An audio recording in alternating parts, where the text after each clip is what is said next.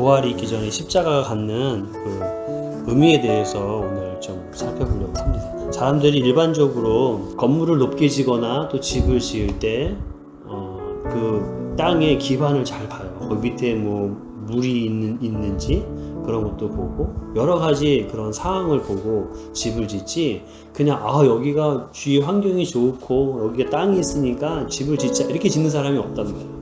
성경에도 보면 마태복음 7장에 보면 그런 말씀이 있죠. 비가 내리고 창수가 나고 바람이 부는데 반석 위에 집은 집은 그때도 든든하게 서 있어요. 근데 모래 위에 집은 집, 비가 내리고 막 물이 막 홍수처럼 흐르면 그 집은 다 쓸려내려간다는 거예요. 그것처럼 우리의 인생의 삶을 어릴 때부터 준비해 가잖아요. 유치원을 가고 초등학교, 중학교, 대학교 가고 이렇게 준비를 해요.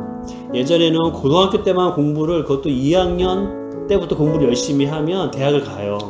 지금은 고등학교가 아니라 중학교 때부터 열심히 해야 돼요. 어쩌면 초등학교 이제 한 4, 5학년쯤 되면 그때부터 대학을 바라보고 준비를 합니다. 엄마들이 주위에 또 학원에서 그렇게 또 하라고 가르쳐요.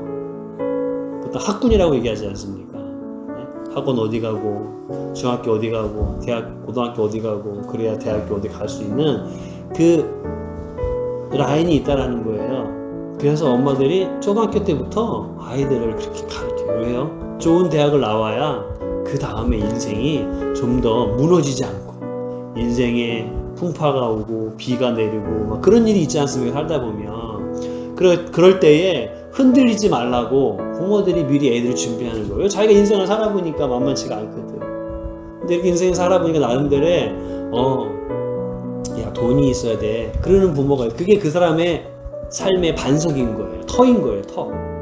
어떤 사람은 야 건강이 제일이야, 어떤 사람은 야 사람을 잘 알아야 돼, 인맥이 제일이야. 뭐 그렇게 다 사람마다 자기의 인생의 터를 다양하게 이렇게 쌓아가고 그거를 중요시 여겨요. 나름대로. 그런데 문제는 그것이 일시적이고 부분적이고 남보다 좀 더 안전하다고 해서 그것이 그 사람의 든든한 터가 될 수 없어요. 그렇지 않습니까?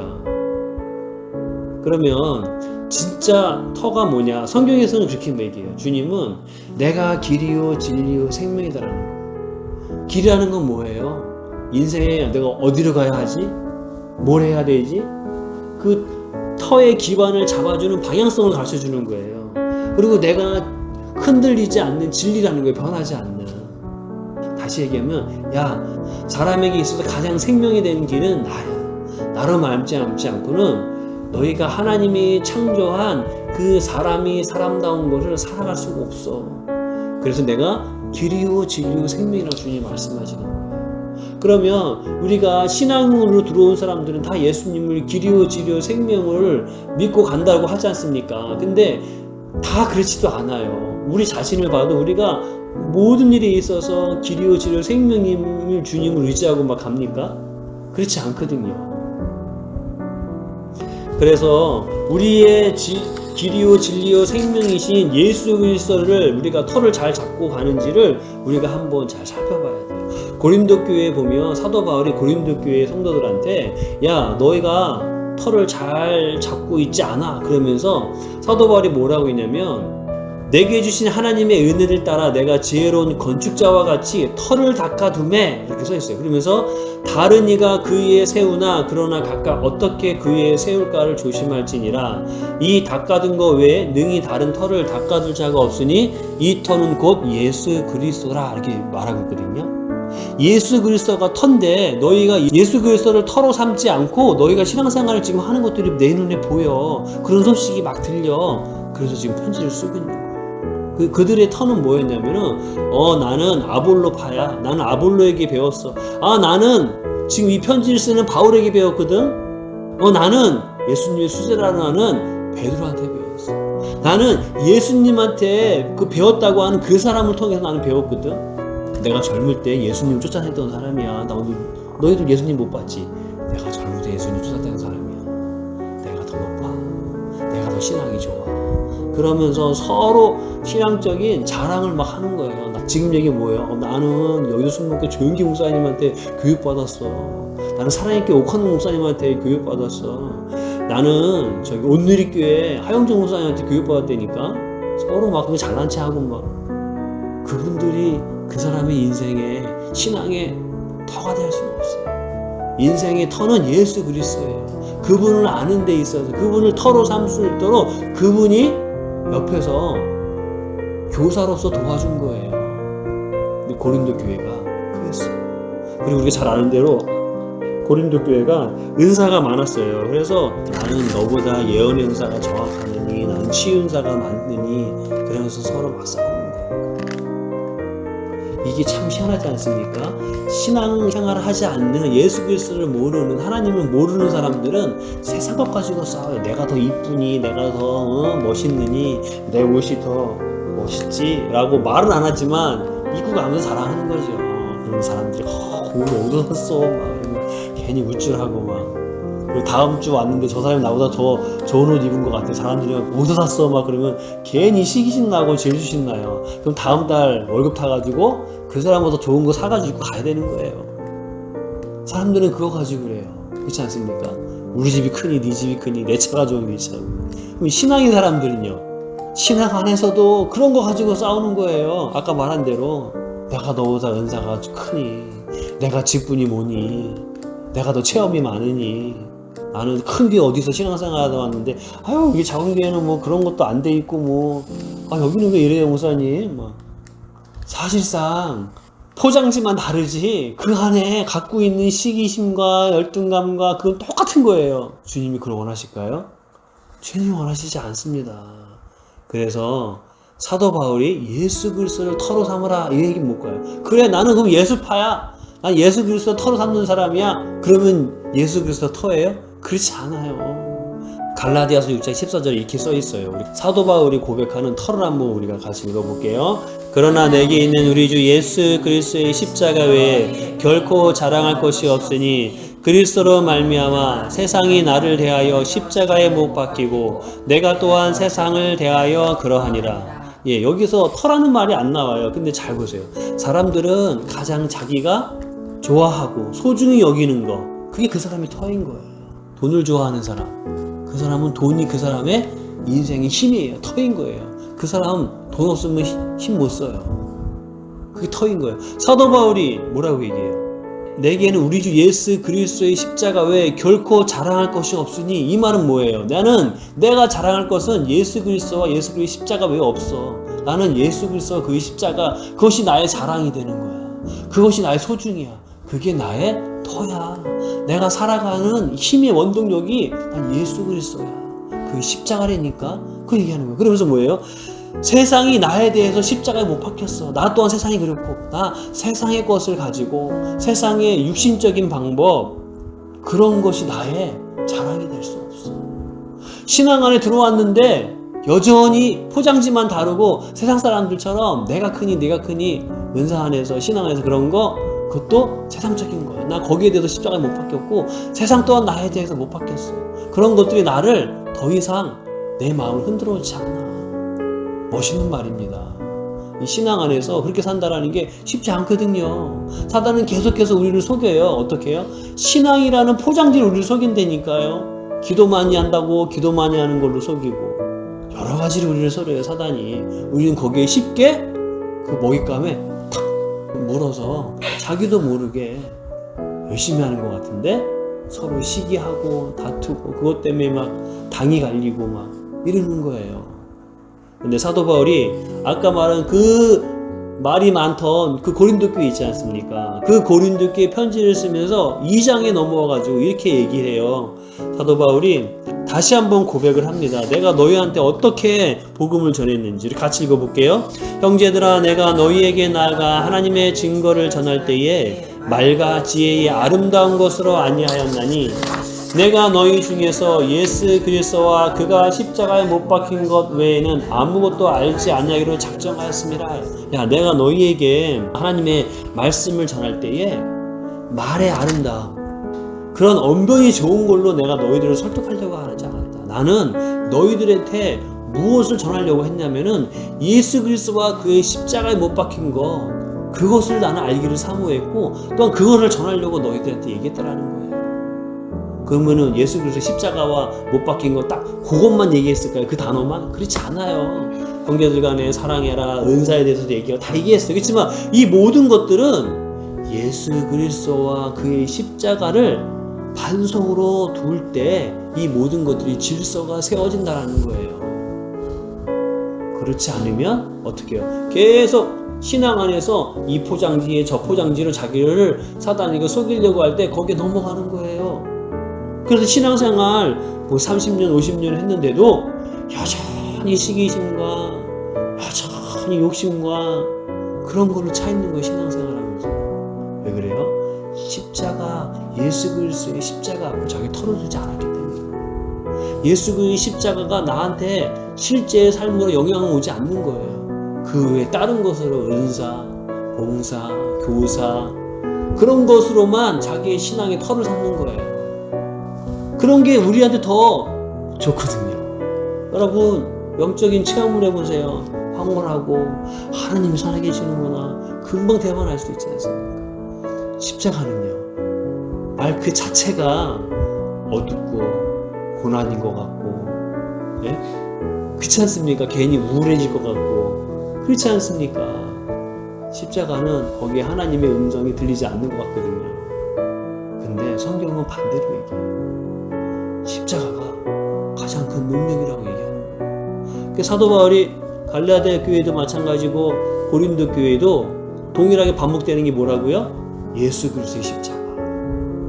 왜 강조했을까요? 부활보다 왜 이걸 많이 강조했을까요? 아까 말한 대로 부활은 십자가 없이 부활은 없습니다. 그런 면에서 십자가가 중요한 거예요. 우리 다 예수 그리스도의 부활을 믿습니다. 부활신앙을 가져야 됩니다. 예, 맞아요. 근데 부활신앙이 참된 부활신앙으로서의 능력이 나타나려면요 십자가의 경험이 참되고 진짜여야 되는 거예요. 십자가의 이 사건이 참으로 내게 실제가 되지 않으면 부활이라고 하는 것들을 아무리 치장하고 아무리 아름답고 현란한 말로 네? 설득을 하고 내가 거기에 현혹된다고 해도요 그건 아무것도 아닌 거예요. 왜? 십자가 실제가 되지 않으면. 그런 면에서 십자가가 중요해요. 그래서 우리가 이 시간에 본문 있지 않습니까? 본문을 잘 보면 예수님의 부활이 있기 전에 십자가에 바로 죽기 전에 주님께서 이 십자가 앞에서 어떻게 준비하며 거기서 순종해 나갔는지 그걸 통해서 우리가 그 원리대로 하면 돼요. 예수님이 인간으로 오셔서 하나님 앞에 본인이 지고 갈 십자가를 어떻게 순종했는지를 보고 우리도 우리에게 주어진 삶속 안에서 우리의 십자가를 주님처럼 순종하고 가면 돼요. 그러면 부활의 영광은 따라오게 되어 있습니다. 여러분 십자가의 죽음을 먹여야 되는 건 내가 순종해야 돼요. 근데 그러면 어떻게 해요? 죽음에 내가 장사되는 거거든요. 그러면 부활은요? 부활은 내가 할 수 없는 거예요. 부활엔 내 순종 자체가 없어요. 십자가까지 나의 순종인 거예요. 부활은 절적인 하나님께서 일으키시는 사건이에요. 그래서 십자가가 실제에 돼야 부활이 하나님께서 하신 역사가 나타나는 거예요. 그게 부활신앙의 믿음이라고 하는 거예요. 우리가 아브라함을 부활신앙의 믿음 막 그러지 않습니까? 이삭을 바쳐라 그러니까 네 바치겠습니다. 순종이지 않습니까? 자식을 죽이려고 하는 그 사건이 순종이지 않습니까? 아브라함 입장에서는 이게 십자가예요. 왜? 하나님이 주신 약속이지 않습니까? 자식을 죽인다는 것은 자기한테 하나님이 주셨던 그 약속을 주님 앞에 내어드리는 거예요. 죽음인 거예요. 이것 때문에 살아왔는데 이 털을 무너뜨리라고? 하나님 말이 돼요? 근데 주님이 그 털을 죽음에 넘겨라 라고 하는 거예요. 더 이상의 이 털로 소망을 삼 수 없는 거예요. 그러면 딱 소망 하나인 거예요. 죽은 자를 다시 살리는 것밖에 없는 거예요. 그건 하나님이 하신 일이야. 내가 하는 일은 그냥 십자가 앞에 네 자녀를 바치라는 거예요. 곧 자기 자신의 꿈과 존재를 바치는 거예요. 왜? 이삭은 자기의 전부지 않습니까? 결국은 자기가 죽는 거예요. 예수님이 오늘 본문에 아직은 잡혀가지 않으셨어요. 겟셋마네 동산에서 이제는 이 밤에 자기가 잡혀갈 거라 아셔요. 다 아셔요. 그래서 하나님 감당할 수 있는 은혜를 달라고 거기서 땀방울이 핏방울이 되기까지 엎드려서 기도하기 시작해요. 여기 써있지 않습니까? 그러면서 주님이 얼마나 힘들었냐면 우리가 읽은 데를 보면요, 38절에 내 마음이 매우 고민하여 죽게 되었으니 이렇게 써있어요. 왜요? 알기 때문에. 어떠한 고난을 받을지 아시니까 힘드신 거예요. 그래서 얼마나 힘드냐면은 너희는 제자들에게 부르는 거, 너희는 여기 머물러 나와 함께 깨어있으라. 나를 위해서 기도할 뿐만 아니라 이 십자가 사건이 다가오면 너희들에게 시험이 되는 거야. 이 시험을 너희가 이길 수 있도록 기도해라. 깨어 기도해라. 얘기하시는 이 십자가 앞에 우리가 십자가를 우리한테 적용하면요, 죽을 것 같은 거예요. 우리가 인생을 살다 보면요, 돈 때문에 죽을 것 같은 때가 있어요. 그리고 병들어서 죽을 것 같은 때가 있고요. 두렵습니다. 고난이라는 게 있어요. 어려움이라는 게 있어요. 그럴 때 주님도 똑같지 않습니까? 주님 우리가 더 하신 거를 앞에 십자가 있지만, 근데 주님이 어떻게 했죠? 우리 신앙생활 할 때 아유 그런 거 가지고 걱정을 해, 기도하면 되지. 근데 주님은요 솔직히 걱정하셨어요. 여기 써있지 않습니까? 내 마음이 매우 고민하여 죽게 되었으니. 주님이 우리 십자가 앞에서 고민 안 하는 게 그게 이상한 거예요. 그래서 주님이 그 문제를 가지고 하나님 앞에 기도합니다. 아버지, 내가 다 아는데 이 잔을 피하게 되면 안 될까요? 이 십자가 지금 아니고 다음에 지면 안 될까요? 내가 하나님의 아들이고 하나님과 삼위일체 하나님인데 내가 거기서 홀딱 벗겨서 조롱과 멸시를 받고 창에 찔려 죽어야 되는데, 아버지, 당연한 거예요. 우리도 우리의 문제를 가지고 아파하는 거 그거 가지고 주님 뭐라고 하지 않아요. 그거를 하나님 앞에 솔직하게 토하며 고백하지 않는 게 문제인 거예요. 우리가 부활의 신앙이 있기 전에 십자가 앞에 설 때 고민이 있어요. 때때로는요, 저 사람을 용서해야 되는 거 알아요. 주님 그런 마음을 주셔요. 근데 안 돼요, 미워서. 근데 어떻게 해요? 순종은 해야 되지 않습니까? 이게 나한테 십자가인 거야. 왜? 순종은 나의 뜻이 아니라 아버지의 뜻대로 하는 게 순종이거든요. 그게 내 뜻을 십자가에 못 박는 거예요. 주님 그러잖아요. 아버지요, 그러나 내 뜻대로 마옵시고 아버지의 뜻대로 하옵소서. 이게 십자가인 거예요. 그래서 십자가에 자기 죽음을 내어주잖아요. 우리를 표현하면 그런 거예요. 저 사람 하나님 자꾸 용서하라는 마음을 주시는데 실제로 용서가 안 돼. 지금 십자가 앞에서 내가 십자가 앞에 고민하고 있는 게 주님처럼. 고민 자체가 안 하는 사람은 마음이 영적으로 무뎌진 거고, 그래도 그런 마음이 있어서 주님 앞에 그 문제를 기도하면 나아가는 사람은 주님의 겟세마네 동산에서 내가 기도하는 거예요. 아버지, 그때 솔직하는 거예요. 하나님, 내가 순종하라는 마음 주시는데 솔직히 안 돼요. 나 이거 십자가 피하고 싶어요. 용서 안 하고 싶어요. 그놈이 나한테 어떻게 했는데. 과거만 생각하면 아주 이가 떨려요. 그것 때문에 내가 손해본 게 얼마고, 시간 낭비한 게 얼마고, 그놈 때문에 내가 몸 망가진 게 얼마고, 그런 거 생각하면 용서할 수 있겠습니까? 용서가 안 돼요. 겉으로는 할 수 있어요. 근데 주님이 심령으로 용서라는 거는요, 더 이상 그것에 대해서 계산하지 않는 게 용서인 거예요. 우리 안에 그런 것이 있지 않습니까? 그럴 때 솔직한 심령으로 얘기하는 거예요. 하나님, 그게 안 됩니다. 내 감정이 이렇습니다. 그렇게 고백하는 게 십자가 앞에 서는 거예요. 주님 그러셨잖아요. 제자들은 어떻게 해요? 나랑 한시라도 깨워 기도할 수 없느냐? 네, 알겠습니다 라고, 여기 그런 말은 없지만 아마 그랬겠지. 어떻게 주님이 그 상황에서 제자들이 같이 기도하겠다고 안 하겠습니까? 근데 피곤하니까 자기도 모르게, 새벽이지 않습니까? 잠이 드는 거예요. 주님이 다시 오셔서, 야, 나하고 한시라도 깨어있을 수 없었느냐? 자, 이제 때가 됐다, 가자. 마음은 원이라도 육신이 약하구나, 그렇게 얘기하지 않습니까? 우리가 때때로는요, 십자가 앞에서는요, 내 육신의 힘듦이 있어도 깨어 그 문제를 가지고 하나님 앞에 나아가야 할 때가 있는 거예요. 때때로는 피곤해서 자야 될 때가 있지만, 때때로는 피곤함을 무릅쓰고도 하나님 앞에 나아갈 때가 있는 거예요. 여기서는 깨어있는다는 게 뭐예요? 눈만 깨어있어요? 그게 아니에요. 아까 말한 대로 이 문제를 가지고 하나님 앞에 나아가는 거예요. 그리고 솔직하게 나의 지금 들어간 그 감정을 솔직하게 얘기하는 거예요. 근데 이것만 있으면 안 돼요. 용서하고 싶은데 안 되는 문제 솔직하게 얘기하세요. 그리고 두 번째, 그러나 내 뜻대로 마옵시고 아버지 뜻대로 하옵소서. 이 두 번째, 여기까지니 순종인 거예요. 하나님, 근데 이 문제는 어떻게 했으면 좋겠어요? 때때로 하나님이 그런 마음 주지 않을 수도 있지 않습니까? 하나님, 이 문제는 어떻게 했으면 좋겠어요? 하나님, 집안에 이 문제인데 어떻게 했으면 좋겠어요? 저는 이랬으면 좋겠는데 아버지는 이거를 어떻게 해결하기 원하십니까? 아버지의 뜻은 뭡니까? 그리스도의 사랑으로 이 문제를 어떻게 해결하기 원하십니까? 주님이 가르쳐주는 것에 순종하겠습니다. 그러면서 그 문제 가지고 또 나아가요. 두 가지를 같이 해야 돼요. 첫 번째를 안 하면요, 믿음이 좋은 것 같지 않습니까? 실제로 그렇게 되는 사람도 있어요. 근데 항상 그렇지 않아요. 그래서 아유, 믿음이 없어서 그렇지, 주님 앞에 맡기 기도하면 다 되지. 그거는 때때로는요, 그런 거 같지만 지나고 나서요, 그 문제 닥쳐보세요. 막 두려워합니다.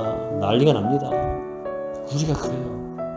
그래서 이 두 문제를 가지고 끝까지 하나님 앞에 그 문제를 자기에 일어나는 그 감정과 그 생각들을 다 솔직하게 얘기하죠. 그리고 두 번째, 그러나 내 뜻대로 마옵시고 아버지의 뜻은 무엇입니까? 구하며 계속해서 그렇게 나아갈 때에 주님이 하신 길을 우리 갈 수 있는 거예요. 주님이 우리 안에서 도와주셔요.